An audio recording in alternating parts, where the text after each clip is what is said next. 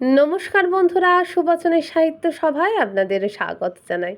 আজ আমি পড়ে শোনাব প্রভাত কুমার মুখোপাধ্যায়ের লেখা ছোট গল্প রসময়ীর রসিকতা। প্রথম পরিচ্ছেদ।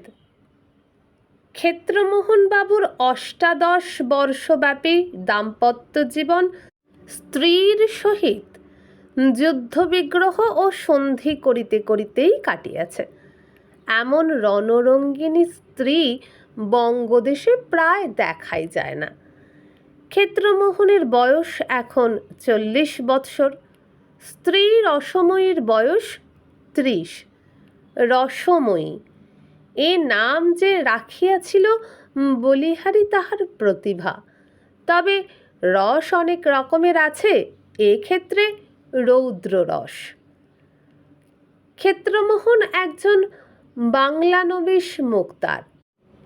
হুগলিতে থাকিয়া বেশ 2 পয়সা উপার্জন করিয়াছেন। বাড়ি তাহার হুগলিতে নহে, জেলার মধ্যে কোনো এক পল্লী গ্রামে। তবে কয়েক বৎসর হইল হুগলিতে নিজ বাটি ক্রয় করিয়া বাস করিতেছেন। দুঃখের বিষয়, এ পর্যন্ত ক্ষেত্রমোহনের সন্তানাদি কিছুই হয় নাই। স্ত্রীর যেরূপ বয়স, আর হইবার ভরসাও নাই। অনেক দিন হইতে তাহার মাসি পিসি পুনর্বার বিবাহ করিবার জন্য তাহাকে অনুরোধ করিতেছেন। ক্ষেত্রমোহনেরও আন্তরিক বাসনা তাই, কিন্তু রসময়ীর ভয়ে এ পর্যন্ত এ বিষয়ে কোনরূপ চেষ্টা চরিত্র পর্যন্ত করিতে সাহস পায় নাই। ইতিমধ্যে সামান্য একটা ঘটনা উপলক্ষে স্বামী স্ত্রীর মধ্যে ভয়ানক বিপ্লব সৃষ্টি হইল এবং রাসমণি 2 দিন ক্ষেত্রমোহনকে গৃহ ছাড়া করিল। অবশেষে নিজ পিত্রালয় হালি শহরে চলিয়া গেল। ক্ষেত্রমোহন তখন সাহসে ভর করিয়া গৃহে ফিরিয়া আসিলেন এবং প্রতিজ্ঞা করিলেন রসময়ীর আর মুখদর্শন করিবেন না, তিনি অন্যত্র বিবাহ করিবেন। এ বাড়িতে রসময়ীকে আর ঢুকিতে দিবেন না।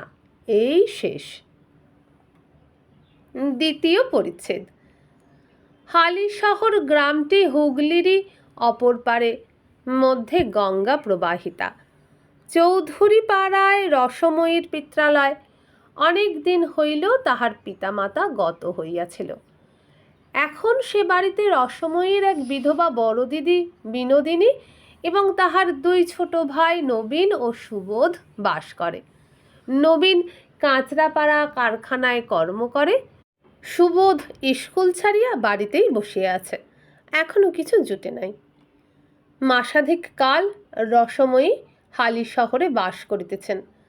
পূর্বে পূর্বে এরূপ স্থলে 2-4 দিন বা বড়জোর 1 সপ্তাহ পরে ক্ষেত্রমোহন আসিয়া উপস্থিত হইতেন এবং তাহার পর অত্যন্ত সাধ্য সাধনা করিয়া স্ত্রীকে বাটি ফিরাইয়া লইয়া যাইতেন।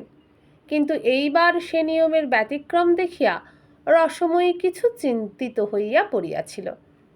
পাড়ার একজন বালক প্রত্যহ নৌকাযোগে গঙ্গা পার হইয়া হুগলি ব্রাঞ্চ স্কুলে পড়িতে যাইত।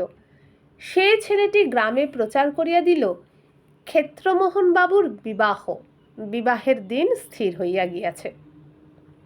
এই কথা শুনিয়া রসময়ীর দিদি বিনোদিনী একদিন বৈকালে ছেলেটিকে বাড়িতে ডাকিয়া আনিলেন। তাহাকে সন্দেশ ও রসগোল্লা খাইতে দিয়া বলিলেন, বাবা, শুনলাম নাকি আমাদের ক্ষেত্র আবার বিয়ে করছে, এ কথা কি সত্যি? বালক বলিল, হ্যাঁ সত্যি বই কি। আমাদের ক্লাসে সুরেশ বলে একটি ছেলে পড়ে, চুঁচুড়োয় তার মামার বাড়ি। তারই মামাতো বোনের সঙ্গে বিয়ে। ঠিক জানো? জানি বই কি, সুরেশই তো আমাকে বলেছে। দিন স্থির পর্যন্ত হয়ে গেছে। তার মামার নাম কি? নাম হরিশ্চন্দ্র চাটুর্যে, জজ আদালতে কর্ম করেন। তাদের বাড়িটি তুমি চেনো বাবা? হ্যাঁ চিনি বই কি, সুরেশের সঙ্গে কতবার গিয়েছি। কত বড় মেয়ে? এই আমাদের বয়সী হবে। বালকটির বয়স 13 বৎসর। কেমন দেখিতে? তা বেশ সুন্দর। বিনোদিনী কিয়ৎক্ষণ চিন্তা করিলেন, শেষে বলিলেন, আচ্ছা, কাল একবার আমাদের দুই বোনকে সে বাড়িতে নিয়ে যেতে পারো বাবা? কেন? তাদের একবার মিনতি করে বলে কয়ে দেখি, বিয়ে হলে আমার বোনটিরও সুখ হবে না, তার মেয়েও জলে পড়বে। কাল একবার আমাদের নিয়ে চলো। কখন? এই খাওয়া দাওয়ার পরে। আমার স্কুল কামাই হবে যে। একদিনের জন্য মাস্টারের কাছে ছুটি নিও এখন। আমি বরং তোমায় একটি টাকা দেব, ঘুড়ি নাটাই এসব কিনো। তৃতীয় পরিচ্ছেদ। পরদিন বেলা 11টার সময় দুই ভগিনীকে সঙ্গে লইয়া বালকটি চুঁচুড়া যাত্রা করিল। গঙ্গা পার হইয়া ঘোড়ার গাড়ি ভাড়া করিয়া মাধবীতলায় হরিশবাবুর গৃহে গিয়া উপস্থিত হইল। খিড়কি দরজার সম্মুখে গাড়ি দাঁড়াইল। রসময়ী বলিল, এই বাড়ি? হ্যাঁ। আচ্ছা, তুমি গাড়ির ভিতরে বসে থাকো, আমরা চট করে ওদের সঙ্গে দেখাটা করে আসি বলিয়া দুইজনে অবতরণ করিয়া বাড়ির ভিতরে প্রবেশ করিলেন। সে বাড়ির মেয়েরা তখন কেহ স্নান করিতেছে, কেহ খাইতে বসিয়াছে, কেহ বা আহার আনতে উঠানে বসিয়া চুল শুকাইতেছে। হঠাৎ দুইজন ভদ্রঘরের অপরিচিতা স্ত্রীলোককে প্রবেশ করিতে দেখিয়া একজন সবিস্ময় বলিল, তোমরা কার আগা? বিনোদিনী বলিল, আমরা হালি শহর থেকে তোমাদের সঙ্গে দেখা করতে এসেছে। স্ত্রীলোকটি সন্দিগ্ধভাবে বলিল, এসো, বসো।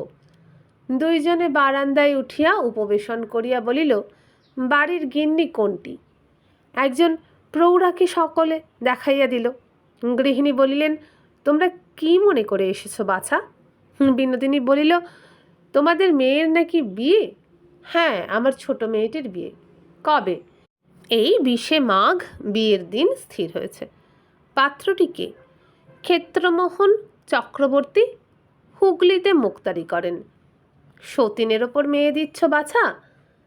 গৃহিণীর বিস্ময় প্রতি কথায় বাড়িয়া চলিয়াছে। তিনি জিজ্ঞাসা করিলেন, তোমরা চেনো নাকি? চিনি নে আবার, খুব চিনি, আমাদের গ্রামেই তো বিয়ে করেছে। হ্যাঁ হ্যাঁ, সতীন আছে বটে, কিন্তু সে স্ত্রী পরিত্যাগ করেছে। রসময়ী এতক্ষণ চুপ করিয়া বসিয়া শুনিতেছিল। তাহার মনের রাগ ক্রমশই বৃদ্ধিপ্রাপ্ত হইতেছিল।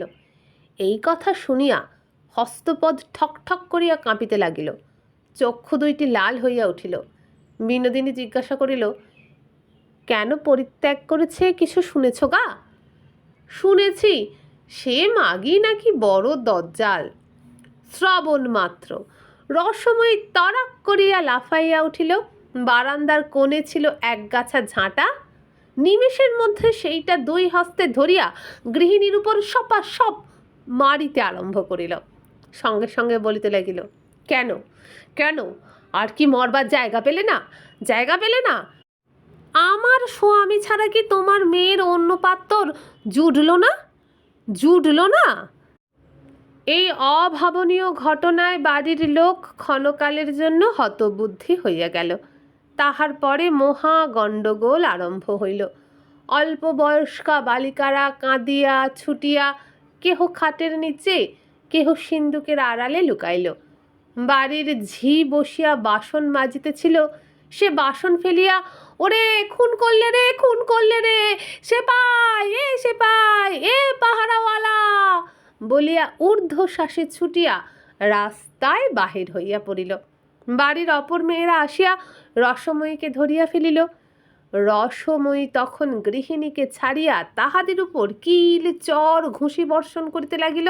কাহাকেও লাথি মারিল, কাহাকেও খামচাইয়া দিল, কাহারও চুল ছিঁড়িয়া দিল, কাহারও কাপড় ছিঁড়িয়া দিল। তারপর হাঁপাইতে হাঁপাইতে বলিতে লাগিল, কনেটি গেল কোথা? তাকে একবার বের করো না, চোখ দুটো গেলে দিয়ে যাই, নাকটা কেটে দিয়ে যাই, দাঁতগুলো ভেঙে দিয়ে যাই। বিনোদিনী এতক্ষণ চুপ করিয়া দাঁড়াইয়াছিল। ক্রমে সদর দরজায় লোক হৈ হৈ করিতে আরম্ভ করিলে সে রসময়ীর হাতটি ধরিয়া বলিল, রসময়ী থাম থাম, ক্ষমা দেবন, খুব হয়েছে, চল বাড়ি চল। ঝি ছুটিয়া বাড়ি প্রবেশ করিয়া বলিল, ওগো যেতে দিওনি, থানায় খবর দিয়ে এসেছি, দারোগা আসছে। পুলিশের নাম শুনিয়া রসময়ী বলিল, চলো দিদি চলো। যাবে কোথা? দারোগা আসুক তবে যেও, বলিয়া 2-3টি স্ত্রীলোক রসময়ীকে ধরিতে অগ্রসর হইল। রসময়ী এক লম্ফে উঠোনের কোণ হইতে আঁশবটিখানা সংগ্রহ করিয়া মাথার উপরে সবেগে ঘুরাইতে ঘুরাইতে বলিল, খুন করে ফেলবো, খুন করে ফেলবো, খুন চেপেছে আমার মাথায়, খুন চেপেছে। ইহা দেখিয়া সমস্ত স্ত্রীলোক মা গো বলিয়া ছুটিয়া ঘরে ঢুকিয়া দুয়ার বন্ধ করিয়া দিল। পাহাড়ওয়ালা, এ পাহাড়ওয়ালা, আসামি পালায় বলিয়া চিৎকার করিতে করিতে ঝিপুনুশ্চ রাস্তায় বাহির হইয়া পড়িল। রসময়ী তখন দিদির সহিত খিড়কি দরজা দিয়া বাহির হইয়া গাড়িতে উঠিয়া বলিল, পার ঘাটে চলো। চতুর্থ পরিচ্ছেদ। বলা বাহুল্য, হরিশ্চন্দ্রবাবু ক্ষেত্রমোহনকে কন্যাদান করিলেন না। তাহার স্ত্রী কহিল, সতীনের ওপর মেয়ে দেব না, তাই অমন খুনে সতীন কোন দিন আমার মেয়েকে খুন করে ফেলবে, তুমি অন্যত্র চেষ্টা দেখো। পরের দিন কাছারিতে গিয়া হরিশবাবুর মুখে ক্ষেত্রমোহনবাবু সবই শুনিলেন। রাগে তাহার সর্বাঙ্গ জ্বলিতে লাগিল। কাছারি হইতে বাড়ি ফিরিয়া হাত মুখ ধুইয়া অন্তঃপুরে বসিয়া ক্ষেত্রবাবু তামাক খাইতেছিলেন, এমন সময় হঠাৎ ঝড়ের মতো রসময়ী আসিয়া প্রবেশ করিল। কয়েক মুহূর্ত নির্বাক হইয়া ক্ষেত্রমোহনের পানে দৃষ্টিপাত করিল। সেই প্রকার দৃষ্টিপাত যে দৃষ্টিপাত পূর্বে মুনি ঋষিরা করিয়া লোককে ভস্য করিয়া ফেলিতেন। ক্ষেত্রবাবু বলিলেন, কি মনে করে? রসময়ী অসম্ভব সংযমের সহিত উত্তর দিল, একটা শ্রাদ্ধের জোগাড় করতে। তাহার ওষ্ঠযুগল ক্রোধে কম্পিত হইতে লাগিল। তামাক টানিতে টানিতে ক্ষেত্রমোহনবাবু বলিলেন, শ্রাদ্ধটা কার? হরিশ্চাটুর্যের মেয়ের, আর সঙ্গে মেয়ের মায়ের। ক্ষেত্রমোহনবাবু বলিলেন, ওই সঙ্গে নিজেরটাও সেরে নিলে হতো না? সেটি হবে না এখন। বুড়ো বয়সে বিয়ে করছো নাকি শুনলাম? করছি তো, করবো না কেন? তোমার ভয় নাকি? করো না, করে একবার মজাটাই দেখো না। কি করবে তুমি?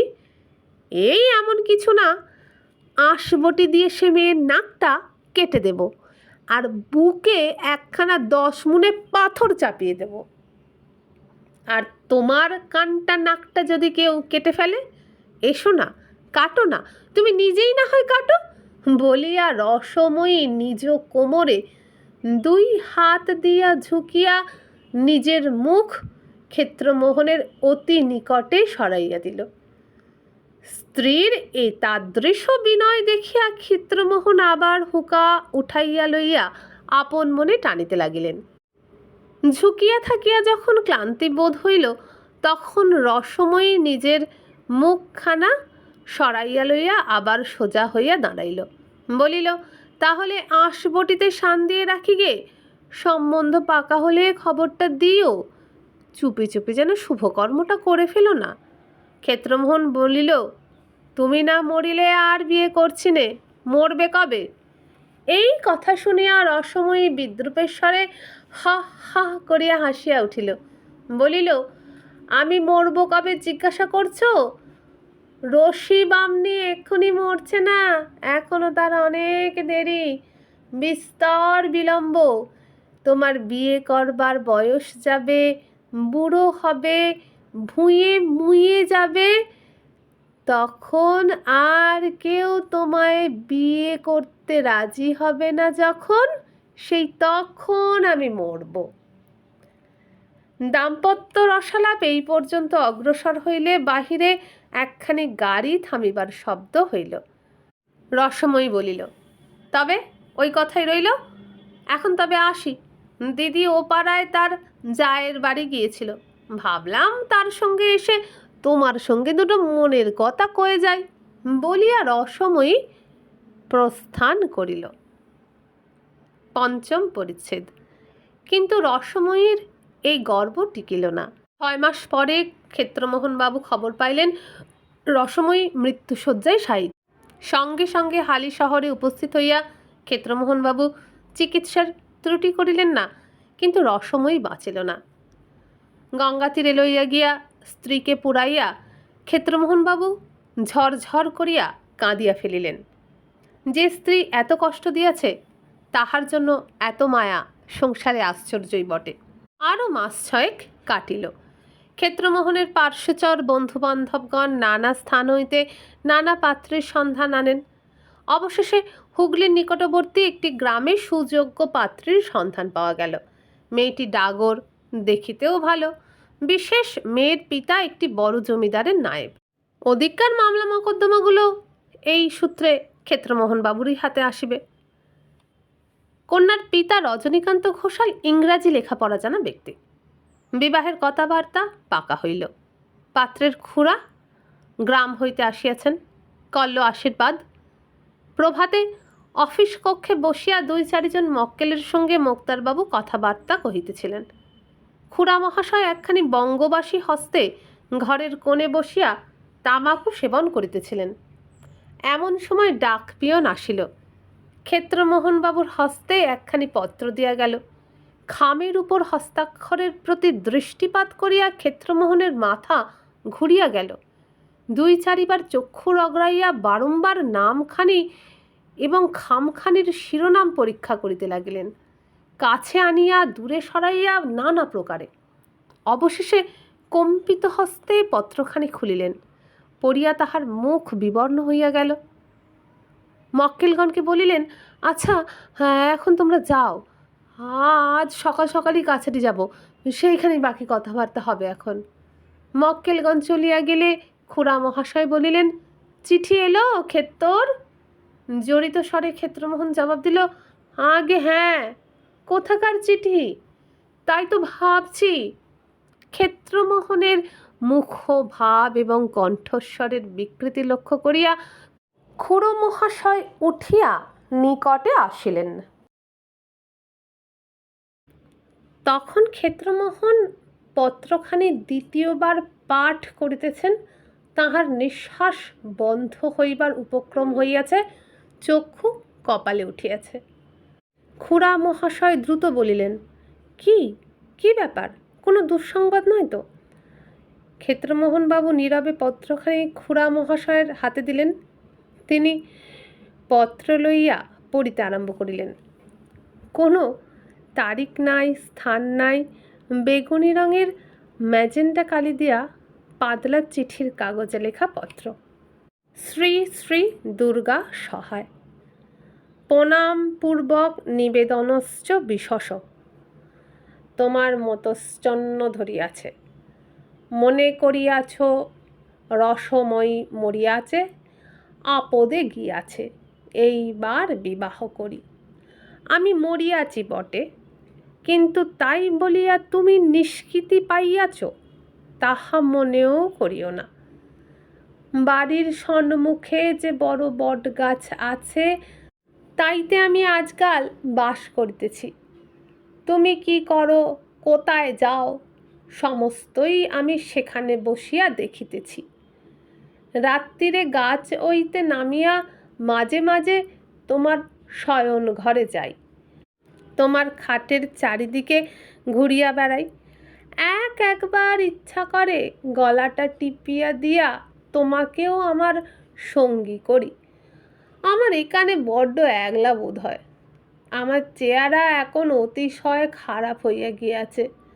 আমার গায়ের মাংস চামড়া আর কিছুই নাই, খালি হাড় আছে, তাও সাদা নয়। গঙ্গার তীরে আমাকে যে পড়াইয়াছিলে, তাইতে হাড়গুলো কালো কালো হইয়া গিয়াছে। যাহা হোক, নিজের রূপ বর্ণনা নিজের মুখে শোভা পায় না।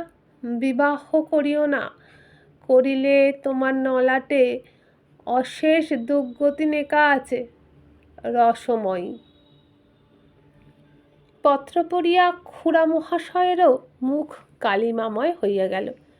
ভীতস্বরে জিজ্ঞাসা করিলেন, এ হাতের লেখা কার, চিনতে পারছ? খুব চিনি, এ তারই হাতের লেখা। অন্য কেউ জাল করেনি তো? ভগবান জানেন। খুড়া মহাশয় নিকটস্থ চেয়ারে বসিয়া পড়িলেন। কিয়ৎক্ষণ ছাদের কড়ি কাঠের পানে চাহিয়া বলিয়া উঠিলেন, জয় রাম, সীতারাম, রাম রাম রাম রাম রাম রাম রাম। খুড়া মহাশয়কে এতদবস্থায় দেখিয়া ক্ষেত্রমোহনের আরও ভয় হইল। বলিলেন, আচ্ছা খুড়ো মহাশয়, ভূতে কখনো চিঠি লেখে? খুড়ো মহাশয় বলিয়া উঠিলেন, ভূত বলতে নেই, ভূত বলতে নেই, উপদেবতা বলো, জয় জয় রাঘব রামচন্দ্র। দুজনেই নির্বাক। অবশেষে খুড়া মহাশয় বলিলেন, দেখো, কারোর বদমাইশি নয় তো? এমনটাই কি হতে পারে? অনেক রকম ভৌতিক উপদ্রবের কথা শুনেছি বটে, কিন্তু এরকমটা কখনো শোনা যায়নি। আচ্ছা, বৌমার হাতের লেখা আগেকার চিঠিপত্র কিছু আছে? লেখাটা মিলিয়ে দেখলে হয়। ক্ষেত্রমোহন বলিলেন, পুরনো চিঠি আছে বই কি, বলিয়া বাটির মধ্যে প্রবেশ করিয়া 4-5খানা বাহির করিয়া আনিলেন। খুড়ো মহাশয় চশমার কাঁচ দুইখানি কোঁচার কাপড়ে ভালো করিয়া মার্জনা করিয়া পত্রগুলো অত্যন্ত সাবধানে পড়িয়া হস্তাক্ষর মিলাইতে লাগিলেন। অবশেষে সেগুলো টেবিলের ওপর ফেলিয়া দিয়া দীর্ঘশ্বাস ফেলিয়া বলিলেন, একই হাতের লেখা দেখছি তো। খামখানা উল্টিয়া পাল্টিয়া দেখিতে লাগিলেন। 1 পয়সার 6খানাওয়ালা সাধারণ সাদা খাম, তাহাতে একখানি 2 পয়সার টিকিট আঁটা। ক্ষেত্রমোহনের হাতে খামখানি দিয়া বলিলেন, কোথাকার ছাপ দেখো তো। ক্ষেত্রমোহনবাবু বাংলানবিশ মোক্তার হইলেও ইংরাজি ছাপার অক্ষর পড়িতে পারিতেন। ছাপ পরীক্ষা করিয়া বলিলেন, হুগলির ছাপ, কালকের তারিখ। খুড়া মহাশয় চুপ করিয়া বসিয়া রহিলেন। মাঝে মাঝে অস্ফুট স্বরে বলিতে লাগিলেন, জয় রাম, শ্রীরাম, সীতারাম। কাছারির বেলা হয় দেখিয়া মোক্তারবাবু স্নান করিয়া আহারে বসিলেন, কিন্তু কিছুতেই খাইতে পারিলেন না। রান্নাঘরের বারান্দায় যেখানে বসিয়া তিনি আহার করিতেছিলেন, সেইখান হইতে বট গাছটার অগ্রভাগ দেখা যায়। খান আর মাঝে মাঝে সেই গাছটার পানে চাহেন। একসময় গাছের একটা ডাল খড়খড় করিয়া নড়িয়া উঠিল। কাহার যেন হাসিরও শব্দ শোনা গেল। ক্ষেত্রমোহনবাবুর আর খাওয়া হইল না, উঠিয়া পড়িলেন। মুখ প্রক্ষালন করিয়া বাহিরে আসিয়া বট গাছটার পানে কিছুক্ষণ চাহিয়া রহিলেন। 2-3টা কাঠবিড়ালি ডালে ডালে পরস্পরকে তাড়া করিয়া ফিরিতেছে। গোটা কত কাক উচ্চ শাখায় বসিয়া জাতীয় সঙ্গীত গাহিতেছে। ইহা ভিন্ন আর কিছুই দেখিতে পাইলেন না। 6ষ্ঠ পরিচ্ছেদ। সেই দিন সন্ধ্যাবেলায় ক্ষেত্রমোহনের শয়নকক্ষে খুড়া ভাইপো বসিয়া কথোপকথন করিতেছিলেন। দিবসে খুড়া মহাশয় কপাটের বাইরে এবং ভিতরের দেওয়ালময় রাম নাম লিখিয়া দিয়াছেন। অদ্য দুইজনেই এক শয্যায় শয়ন করিবেন। বালিশের তলায় একখানি কৃত্তিবাসী রামায়ণ রক্ষিত হইবে এবং ঘরে সমস্ত রাত্রি আলো জ্বালা থাকিবে। ক্ষেত্রমোহন বলিল, আমি তো তার দরকার দেখছি নে, যদি কোনো উপদ্রব অত্যাচার হয়। খুড়ো মহাশয় চিন্তা করিলেন কিয়ৎকাল, শেষে বলিলেন, ভয়ের কোনো কারণ দেখি নে। ওই যে বলেছে, ইচ্ছে করে তোমার গলাটা টিপে দিই। না, তা পারবে না, হাজার হোক স্বামী তো বটে। আর যে বলেছে, বিয়ে করো না, করলে তোমার অশেষ দুর্গতি হবে। অশেষ দুর্গতি হবে, তার মানে নাও হতে পারে যে আমি তোমার অশেষ দুর্গতি করব। ওর মানে বোধহয় এই যে অধিক বয়সে বিবাহ করলে যে সমস্ত সাংসারিক অশান্তি উপস্থিত হয়, তাই তোমারও অদৃষ্টে ঘটবে। ক্ষেত্রমোহনবাবু চুপ করিয়া রহিলেন। মনে ভয়ও যথেষ্ট আছে, অথচ বিবাহ করিবার লোভটিও সংবরণ করিতে পারিতেছেন না। পরদিন আশীর্বাদ হইয়া গেল, কিন্তু ক্ষেত্রমোহন যে ভৌতিক পত্র পাইয়াছেন সে কথাও রাষ্ট্র হইতে বিলম্ব হইল না। নায়েব রজনীবাবুরও কানে ক্রমে এই কথাটা পৌঁছিল। বলিয়াছি, তিনি ইংরাজি জানা ব্যক্তি। শুনিয়া তিনি হা হা করিয়া হাসিয়া উঠিলেন। বলিলেন, ভূত? এই 20 শতাব্দীতে আবার এখন ভূতে বিশ্বাস করতে হবে? বিবাহের দিন স্থির হইয়াছে 8ই ফাল্গুন, আর 5 দিন মাত্র বাকি। উভয় পক্ষ হইতে সমস্ত আয়োজনাদি হইতেছে। বৈকালে বৈঠকখানায় ক্ষেত্রবাবু জনকয়েক বন্ধুবান্ধব সহ বসিয়াছিলেন। ইহাদের মধ্যে একজন সরকারি উকিল, নাম মনোহরবাবু। লোকটির বয়স 40 পার হইয়াছে, চোখে সোনার চশমা, মাথায় ঝাঁকড়া ঝাঁকড়া চুল, মুখমণ্ডল প্রচুর গোঁফ দাড়িতে আবৃত, হাতে বড় বড় নখ। এক কথায় লোকটি থিওজফিস্ট। ক্ষেত্রবাবুর ভৌতিক পত্রপ্রাপ্তির সমাচার অবগত হইয়া অবধি মনোহরবাবু ইহার সঙ্গে একটু ঘনিষ্ঠতা স্থাপন করিয়া লইয়াছেন। অপর একজন নব্যযুবক, নাম সুরেন্দ্রনাথ, ইনি এলে ফেল করিয়া শিক্ষিত মুক্তার হইয়াছেন, বিস্তর ইংরেজি উপন্যাস পাঠ করিয়াছেন।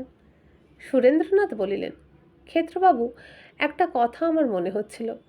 অনেক উপন্যাসে পড়া গেছে একটা কোনো দুর্ঘটনা, নৌকাডুবি বা এরকম কিছু একটাতে অমুক লোকটা মরে গেছে দেখা গেল।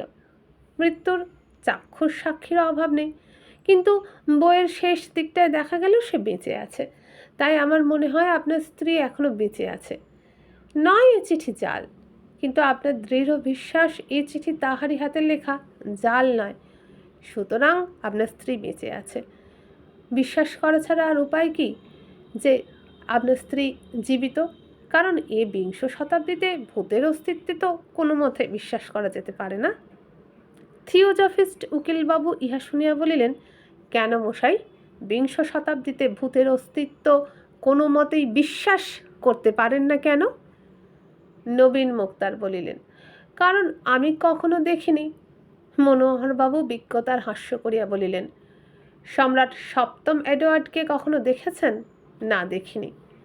তিনি আছেন বলে বিশ্বাস করেন?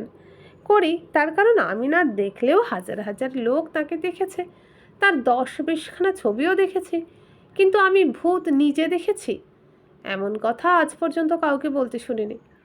সবাই বলে খুব বিশ্বস্ত লোকের মুখে শুনেছে যে তারা স্বয়ং ভূত দেখেছে। মনোহরবাবু তাহার সুঘন দাড়ির মধ্যে দীর্ঘ নখ অঙ্গুলিগুলি চালনা করিয়া দিয়া বলিলেন, আপনি বললেন হাজার হাজার লোক সম্রাটকে দেখেছে, তেমনি হাজার হাজার লোক অশরীরী আত্মাকেও প্রত্যক্ষ করেছে। আপনি বললেন যে সম্রাটের 10-20খানা ছবি আছে। 10-20খানা ভূতের ছবি আমিও আপনাকে দেখাতে পারি। যদি দেখতে চান একদিন আমার বাড়িতে যাবেন। আমার বাড়িতে একটি বই রয়েছে, তাতে কেটি কিংয়ের ছবি আছে। প্রথম চার্লসের সময় কেটি কিং নামে একটি মেয়ে জীবিত ছিলেন। 16 বৎসর বয়সে তার মৃত্যু হয়। গত শতাব্দীর মধ্যভাগে আমেরিকা ও ইউরোপের নানা স্থানে অনেক জায়গায় কেটি কিং স্থূল শরীর ধারণা করে আবির্ভূত হয়েছিলেন। তার নাড়ি পরীক্ষা করা হয়েছে, তার শরীরে ছুরি ফুটিয়ে দেখা গেছে ঠিক মানুষের মতো রক্তপাত হয়। তার ফটোগ্রাফ পর্যন্ত তোলা হয়েছে। ফটোগ্রাফ থেকে তৈরি ছবি আমার বইয়ে আছে। সুরেন্দ্রবাবু মৃদু মৃদু হাস্য করিতে লাগিলেন। আপনারাও যেমন ভালো মানুষ, ওইসব বিশ্বাস করেন। ভূতবাদীদের কত জোচ্চুরি ধরা পড়েছে তার সংখ্যা নেই। কেটি কিংয়ের দেহে ছুরি ফুটিয়ে রক্তপাত হয়েছে, ওইটি আপনি বিশ্বাসযোগ্যতার প্রমাণ বলে উল্লেখ করলেন। আমার তো ঠিক উল্টো মনে হয়। ছুরি ফোটালে যদি রক্ত না পড়তো তাহলে বোঝা যেত। চিঠি যখন লিখতে পারেন তখন অনায়াসেই মূর্তি গ্রহণ করে এই রসময়ী তো নিজের বক্তব্য বলতে পারেন। তিনি বলছেন তিনি নাকি বাড়ির সামনেই বটগাছে থাকেন, কিন্তু তা না করে কাগজ, খাম, কালি, কলম সংগ্রহ করে কত কষ্ট স্বীকার করতে হয় বলুন তো। এইটুকু থেকে এইটুকু চিঠিখানি টেবিলের ওপর রেখে গেলেই হতো, তা না 1 মাইল দূরের পোস্ট অফিসে গেলেন তাকে পোস্ট করতে, আবার 2 পয়সা খরচ করে টিকিট কিনলেন। মশাই, ভৌতিক জগতে পয়সা যদি বাস্তবে গিয়ে এত সস্তা হয়, তাহলে সেখানে গিয়েই না হয় প্র্যাকটিস শুরু করি।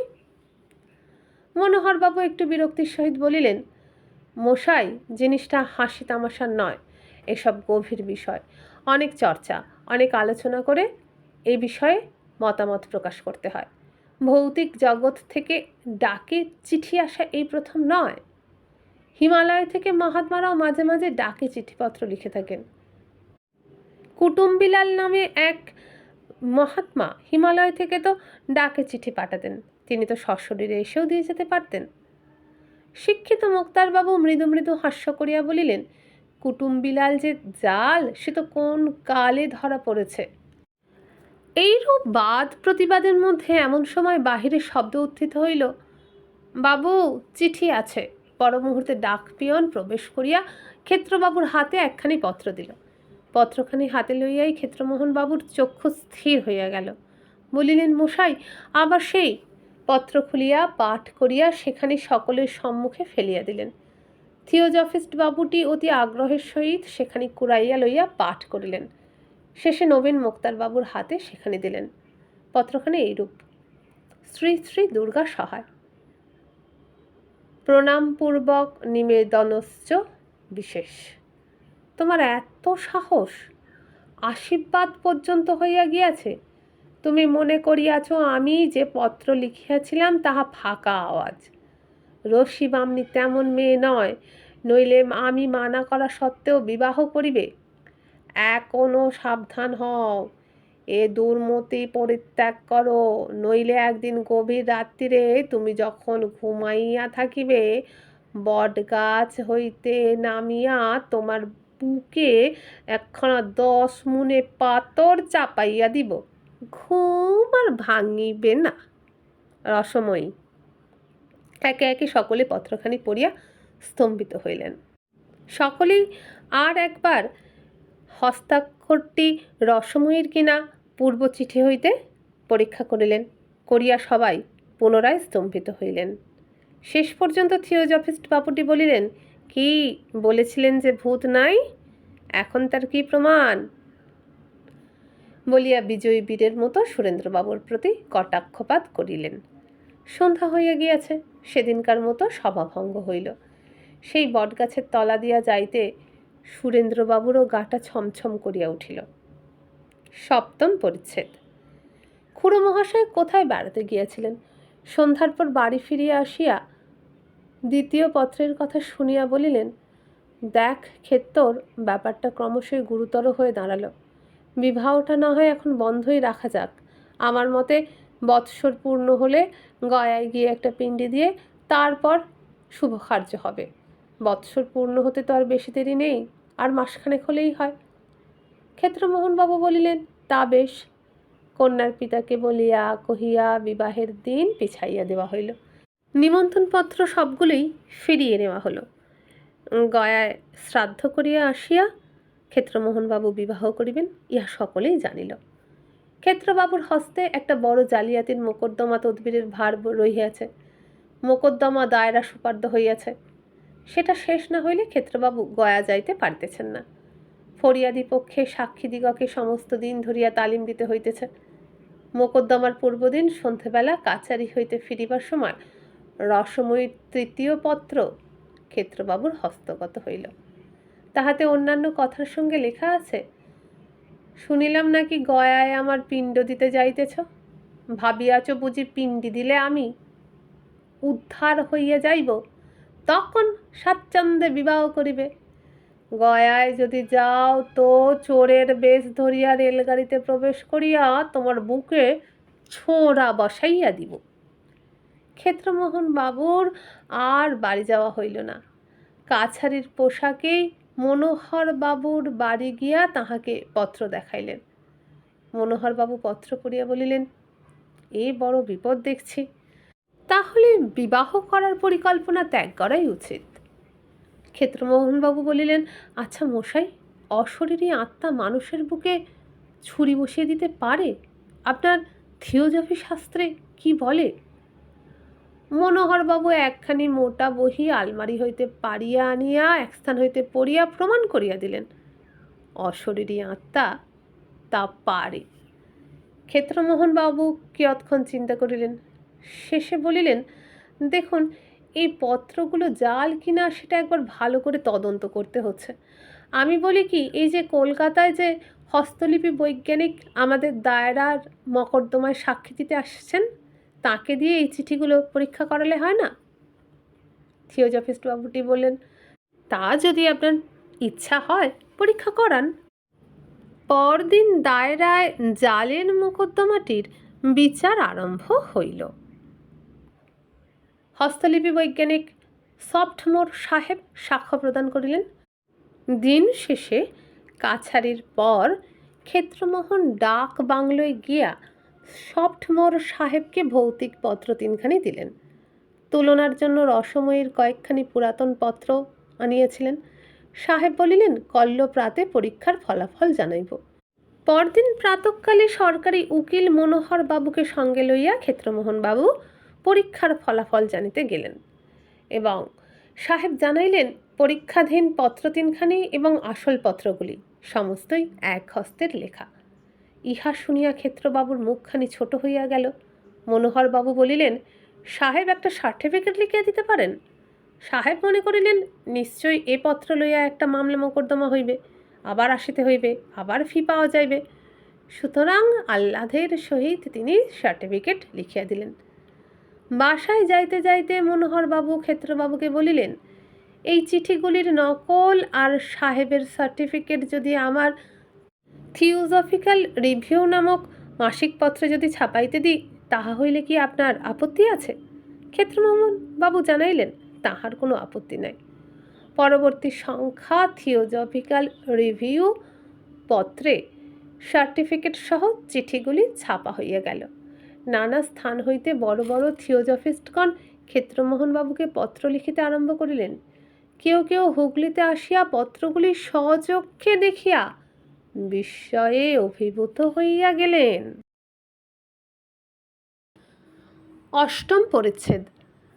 থিওজফিস্ট মহলে ক্ষেত্রবাবুর পসারের আর সীমা নাই, কিন্তু ইহাতে তিনি কিছুমাত্র সান্ত্বনা লাভ করিলেন না। পত্রগুলি জাল প্রমাণ হইলে তিনি বিবাহ করিয়া সুখী হইতে পারিতেন, ভয়ে গয়ায় গিয়া পিণ্ডদান করিতেও পারিলেন না। তাহার অদৃষ্টে বুঝি বিবাহ আর নাই। চৈত্র মাস আসিল, বসন্তের বাতাস বহিতেছে, দোল উপলক্ষে কাছারি বন্ধ। ক্ষেত্রমোহন বাড়িতে বসিয়া নিজ দূরদৃষ্টির বিষয় চিন্তা করিতেছিলেন। এমন সময় একজন আসিয়া সংবাদ দিল, হালি শহরে তাহার শ্বশুর বাড়িতে মহা বিপদ উপস্থিত। দোল উপলক্ষে বাজি পোড়াইতে গিয়া একটি বোমা ফাটিয়া তাহার ছোট সম্বন্ধী সুবোধ বিশেষ আঘাতপ্রাপ্ত হইয়াছে। তাহাকে হুগলিতে হাসপাতালে নিতে হইয়াছে। শুনিয়া ক্ষেত্রবাবু থাকিতে পারিলেন না। গাড়ি ভাড়া করিয়া হাসপাতাল অভিমুখে ছুটিলেন। সেখানে গিয়া দেখিলেন ছেলেটির অবস্থা সংকটাপন্ন। বিছানার নিচে মেঝের উপর বসিয়া বিধবা বিনোদিনী রোদন করিতেছেন। ক্ষেত্রমোহনকে দেখিয়া তিনি আরও রোদন করিতে লাগিলেন। সমস্ত দিন ঔষধ প্রয়োগ ও শুশ্রূষা চলিল। সন্ধ্যার দিকে ডাক্তারবাবু বলিলেন, আর প্রাণের আশঙ্কা নাই। ক্ষেত্রমোহন শালিকাকে বলিলেন, ঠাকুরঝি, সন্ধ্যা হলো, বাড়ি চলো। বিনোদ বলিলেন, আমি সুবোধকে ছেড়ে বাড়ি যেতে পারবো না। সমস্ত দিন অনাহারে আছো, স্নানাহার পর্যন্ত হলো না। তা না হোক, আমি যেতে পারবো না। অবস্থা বুঝিয়া হাসপাতালের ডাক্তারেরা বলিলেন, আপনাকে বাড়ি যেতে হবে। এখানে তো রাত্রে থাকতে পারবেন না, কাল সকালে আবার আসবেন। এখন আর কোনো ভয় নেই, বিপদ যা তা কেটে গেছে। আমরা সেবা শুশ্রূষা করব, আপনার কোনো চিন্তা নেই, আপনি বাড়ি যান। অনেক বুঝাইতে বিনোদিনী সম্মত হইলেন। ক্ষেত্রমোহনকে বলিলেন, তুমি তবে আমায় হালি শহরে নিয়ে চলো, রাতে সেখানে থাকবে, কাল ভোরে আবার এখানে আমায় পৌঁছে দিতে হবে। ক্ষেত্রমোহন তাহাই করিলেন। হালি শহরে রাত্রি কাটিল। ভোরে উঠিয়া স্বহস্তে এক ছিলিম তামাক সাজিয়া ক্ষেত্রমোহন ধূমপান আরম্ভ করিয়াছেন, এমন সময় বাড়ির বাইরে মহা গণ্ডগোল উপস্থিত হইল। তাড়াতাড়ি হুঁকা রাখিয়া বাহিরে গিয়া দেখিলেন, লাল পাগড়িতে বাড়ি ঘেরাও করিয়া ফেলিয়াছে। অশ্বপৃষ্ঠে স্বয়ং পুলিশের সুপারিনটেন্ডেন্ট সাহেব দুয়ারে দাঁড়াইয়া, সঙ্গে কয়েকজন দারোগা ও হেড কনস্টেবলও রয়েছে।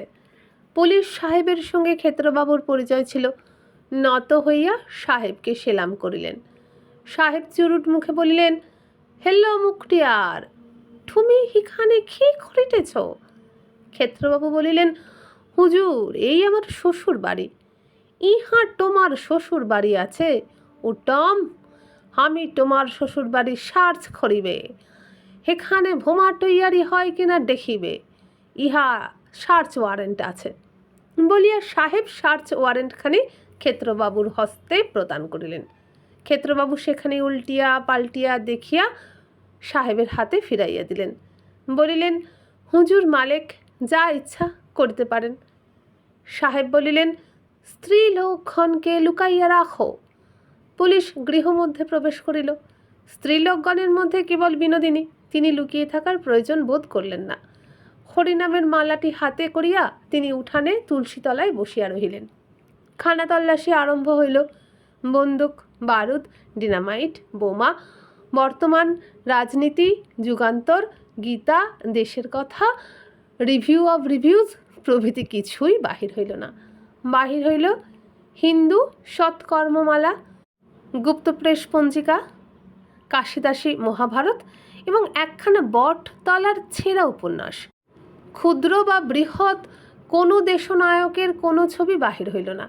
বাহির হইল কেবল খান কতক কালীঘাটের পট এবং একখানা আর্ট স্টুডিওর গণেশ মূর্তি, জমিদারের খান কতক পুরানো দলিল এবং একটি ধুলি মলিন চিঠির ফাইল।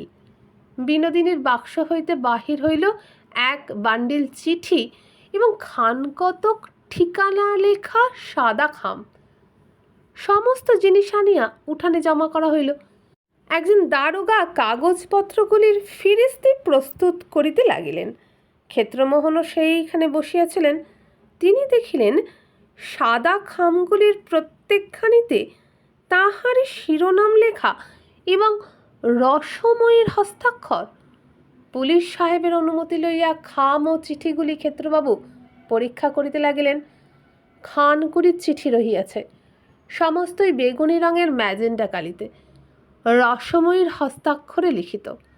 কয়েকখানি চিঠি খুলিয়া ক্ষেত্রবাবু পাঠও করিলেন। নানা অবস্থা অনুমান করিয়া পত্রগুলি লিখিত। কোনোটায় বটগাছে বাসস্থানেরও উল্লেখ আছে। একখানাতে আছে, গয়ায় পিণ্ডদান করিয়া আসিয়াছ বলিয়া মনে করিও না আমি আর তোমার অনিষ্ট করিতে পারিব না, এখনও রশি বামনি তোমার ঘাড় মটকাইতে পারে। একখানাতে রহিয়াছে, শুনিলাম বিবাহের দিন স্থির হইয়াছে, এখনও সাবধান।